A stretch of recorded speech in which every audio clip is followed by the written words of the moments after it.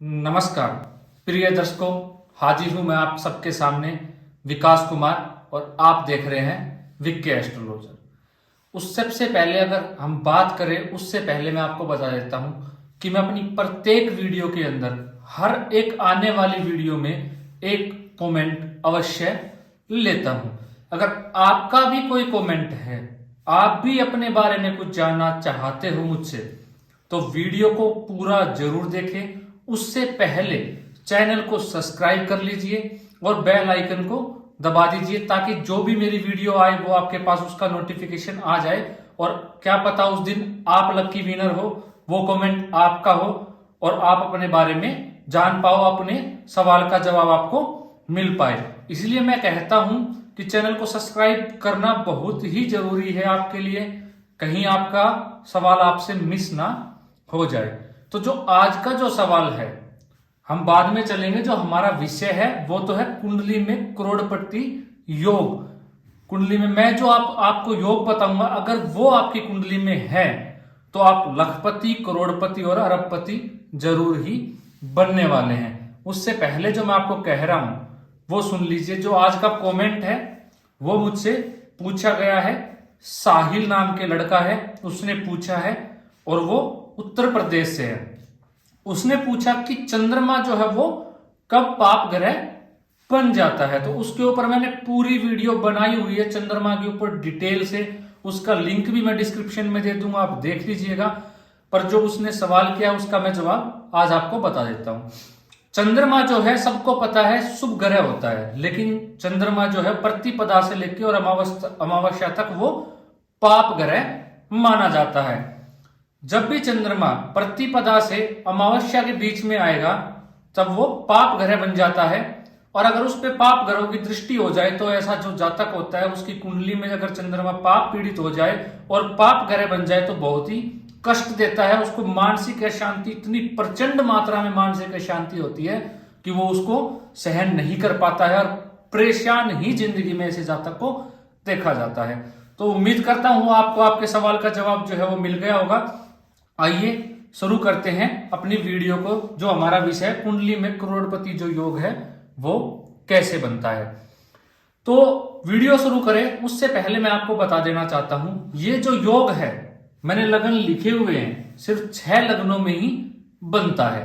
कौन कौन से जो लगन है वो, पहला मेष लगन जो होता है उसमें बनेगा, तीसरा मिथुन लगन में बनेगा, दूसरा और सिंह लगन में बनेगा, तीसरा चौथा जो है वो तुला लगन में बनता है और पांचवा जो है वो धनु लगन में बनता है और फिर अपना कुंभ लगन में बनता है।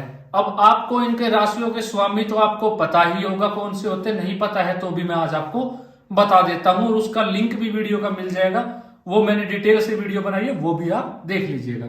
जो मेष राशि है इसका स्वामी मंगल होता है। जो मेष राशि है इसका स्वामी मंगल होता है। जो मिथुन है उसका बुध होता है। उसके बाद जो सिंह राशि है उसका स्वामी कौन होता है, सूर्य होता है।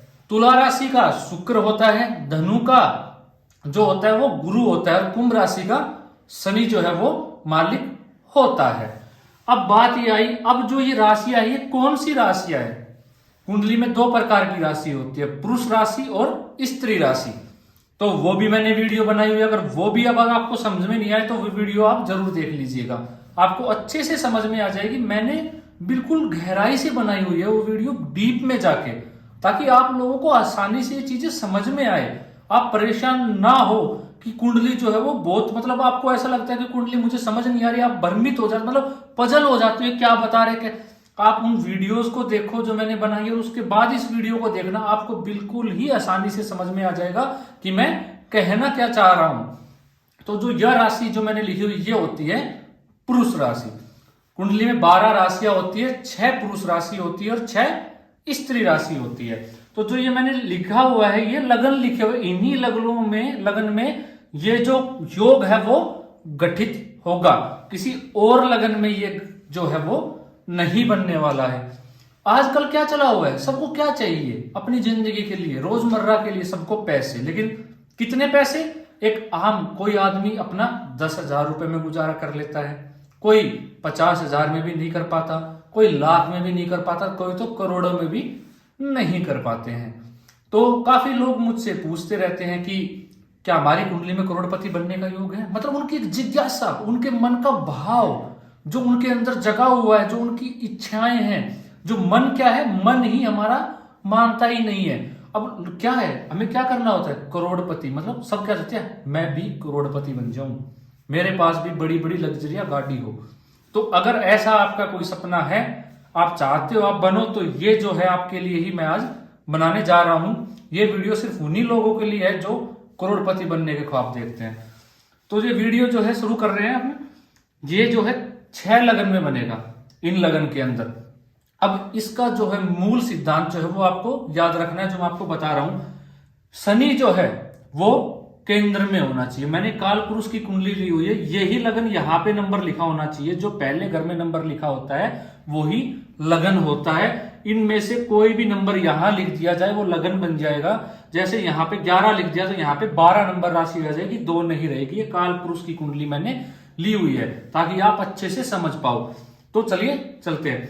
अब जो शनि ग्रह है वो केंद्र में हो जाए। अब केंद्र भाव कौन सा होता है ये भी मैं बहुत बार अपनी हर एक वीडियो में आपको बताता आया हूं। जो पुराने दर्शक हैं उनको तो मेरे हिसाब से अभी तक सब कुछ क्लियर हो ही गया होगा, कोई प्रॉब्लम होगी ही नहीं। अब जो केंद्र भाव है वो होता है 1 नंबर, जो लगन होता है चौथा सुख भाव, चौथा घर 7वां व्यापार का और पत्नी का या पति का भाव होता है वो 7वां, ये केंद्र। और 10वां भाव जिसको हम कर्म भाव कहते हैं, ये हमारे केंद्र के भाव होते हैं। इन्हीं चारों में समझ लेना मेरी बात को, कोई भी लगन हो उससे कोई भी मतलब नहीं है। 1 2 3 4 इन चारों घरों में शनि बैठा हो, जो मैंने आपको आसानी से समझाने के लिए बनाया हुआ। इन चारों घर के अंदर कहीं भी शनि बैठा हो, लगन ये होना चाहिए। शर्त मेरी इतनी है कि लगन इनमें से कोई होना चाहिए। 1 3 5 7 9 11 इनमें से कोई भी एक नंबर यहां लिखा होना चाहिए, पुरुष राशि बननी चाहिए। और शनि चाहिए पहले घर में बैठा हो, चौथे घर में बैठा हो, 7वें घर में बैठा हो और 10वें घर में बैठा हो। ये चेंज नहीं होगे, इनको केंद्र भाव कहा जाता है, केंद्र में बैठा हो। और जो गुरु है, जो गुरु ग्रह है, उससे शुक्र चौथा होना चाहिए। मतलब गुरु से शुक्र 4 नंबर आगे होना चाहिए। यहां से गुरु बैठा हुआ है 1 2 3 4, यहां पे शुक्र बैठ गया। तो जो ये योग है ये बनता है लखपति, करोड़पति और अरबपति बनाने का योग। अगर जिसकी भी कुंडली में ये योग गठित होगा वो जातक निश्चित ही करोड़पति अरबपति बनेगा। अपनी कुंडली उठाइए और देखिए क्या आपकी कुंडली में भी ये बन रहा है। अब मान लीजिए आप कह रहे हो कि ये आपने काल पुरुष की कुंडली ले ली, मैंने बताया शनि तो यही रहना चाहिए। शनि इस घर में, इसमें और इसमें कहीं इन्हीं में ही रहना चाहिए।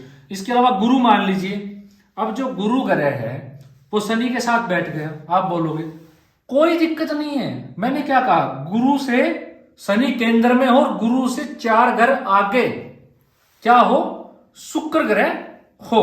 अब मान लीजिए, चलिए अब यहां पे गुरु आ गया, यहां पे गुरु है। अब यहां से 4 घर कौन सा हुआ, 1 2 3 और 4, यहां पे अब शुक्र जो है वो होना चाहिए। तो ये योग जो है आपकी कुंडली में गठित हो जाएगा। समझ रहे हो मैं क्या कह रहा हूं?